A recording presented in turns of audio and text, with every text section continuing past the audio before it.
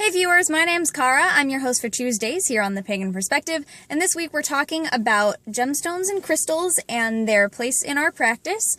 This was not supposed to be a direct upload video. It was also not supposed to be a video from the front seat of my car outside the theater right before I have to run to rehearsal, but something came up. But I am happy to say that I did get a lot of other productive stuff done today, and I will be finishing up some stuff after rehearsal, and hopefully direct uploading this while I'm at rehearsal, so you don't have to wait. So, Wi-Fi A+. So, this week's topic is from Bri, who was nice enough to point out that this is a topic that we covered in year 1 in March of 2010. They actually went and looked up when it was. So, this is a revisited topic, which I think is perfectly timely right now, because gemstones and crystals are something that I have been getting more of lately. I've always been into gemstones and crystals. I'm just going to say crystals. I don't know why I keep saying both words. I have always been into crystals. My mom was a huge crystal freak, so I grew up with crystals all over my house. Like clear quartz, crystal, and amethyst and smoky quartz are probably the top 3. I live in Northeast Ohio, so quartz is very common around here in a lot of varieties. Like even our gravel out here is partially made up of quartz. It's not all the really pretty shiny gemstone variety of it, but there's quartz everywhere. Like, you can find quartz on the ground. You can find geodes. You can find, little tiny things that if you break them open have the pretty crystal cluster point things. And so quartz varieties are very common out here, and I love them. So I do a lot of work with varieties of quartz: amethyst, rose quartz, clear quartz, smoky quartz, and citrine. Not quite as much as the others, but those varieties of quartz for sure. I also have an aqua aura quartz, which is a quartz that has had silver fused to it. I believe it's silver, unless mine is gold, and then my mom's was silver. My mom had the one that was called Angel Aura. I have Aqua Aura.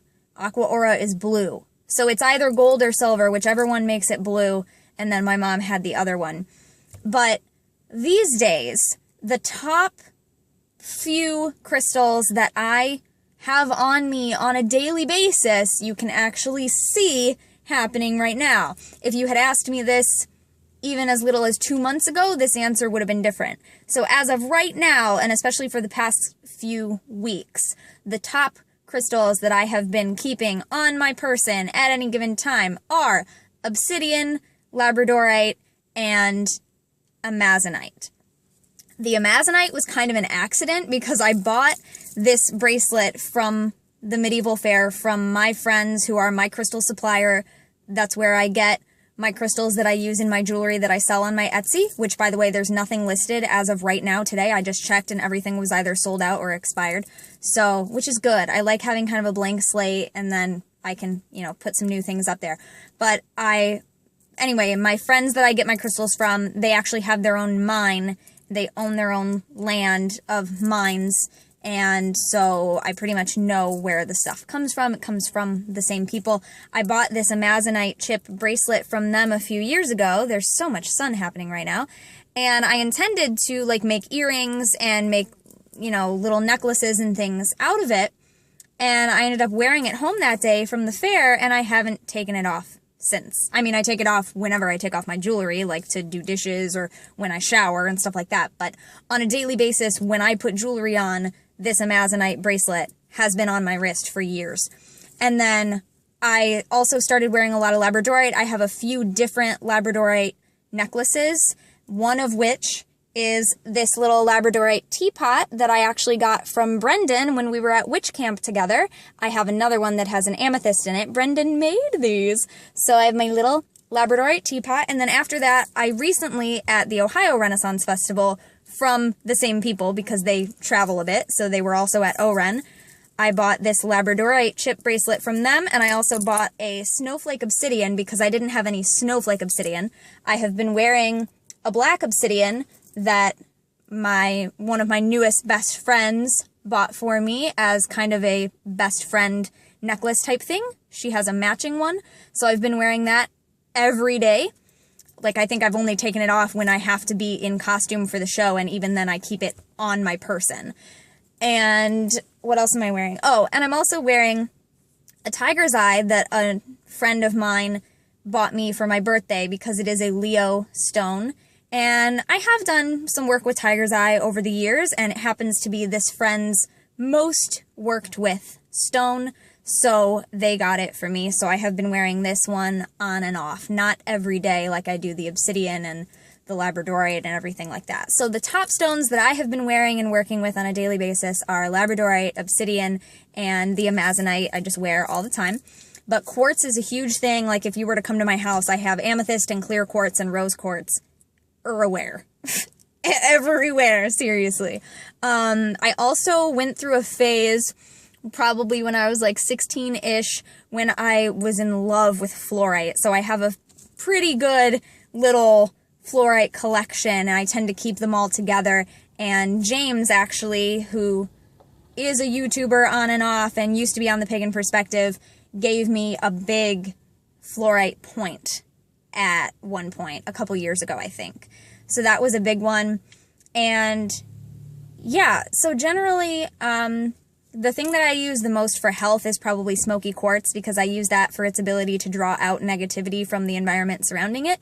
So I carry a smoky quartz in my purse at all times, actually, and I have some big ones at home, and I most often use those when I have stomach aches. That's just something that I've always done and works really well for me. For sleeping, I use my rose quartz. For any kind of thing where I kind of need to get in touch with myself again and a lot of self-love work, I use my rose quartz. I have a big rose quartz chunk that actually fits really well in my hand, so I do sleep work with that and also self-love work with that. My smoky quartz. And amethyst, the number one use that I have for amethyst is amending drunkenness. Amethyst is a sobriety stone. You can look up meanings of crystals online, and there's several websites that I really, really like, and it'll tell you all those kind of basic things. So that's what I do if I don't really know what a specific crystal is for, or if I haven't used it in a while, or if I'm like, hey, I've been drawn to this stone for some reason, but I can't really remember much about it. I always just go online and look it up, and I look at all the different websites and see what they all have to say. And I like, for example, if I see shimmerlings pop up, I usually read the shimmerlings article about the crystals because I like that website. And there's another one that came up a lot when my friend and I were looking up crystals that we were looking at Spirit Apothecary during Pagan Pride. And I can't remember the name of that website, but now I recognize it when I see it in the Google thing. So if you're someone who's new to researching crystals, I would just Google it, look at some of the all the different things that you can find, several different articles, web pages, whatever. See what you think is a really good range of information, and then you'll start to notice that every time you Google another crystal, you'll see some of the same websites popping up, and you'll kind of get a feel for which ones are your trusted sources that you would like to go to. Shimmerlings is the only one that I remember by name right now, and there's just a couple others that usually when I see them, I'm like, oh yeah, I've seen that before, so I go back to them. And there are books, but I mean, the books that I have, I really only use for certain things, because I don't have one book that's like perfect for everything that I want it for. I also do use certain crystals in my chakra jewelry that I sell on Etsy. So I do a lot with red jasper, sodalite, lapis, amethyst, carnelian, aventurine, stuff like that. So yes, I do a lot of work with crystals, and those are some of the specific things that I use them for. I am by no means a very, highly extensive professional. I'm not certified or anything like that. Like some people have gone on YouTube through Hibiscus Moon or anything like that to get certified as crystal healers. Everything that I've learned has been pretty much self-taught, or learned, through my mom and I researching together, or I learned from other friends of mine who have favorite crystals, and we share kind of what we love about them and how we use them, and learn from each other. So that's pretty much it. I consider that being self-taught, and just kind of figuring it out, going to a shop and being drawn to a stone and asking the shopkeeper, what do you think this is good for? And kind of making little notes on it, and then going home and meditating with that, and kind of seeing what use is this crystal going to be for me. So that's how I've done it. It's not so fancy, but pretty effective, I think. Enough for what I'm doing anyway.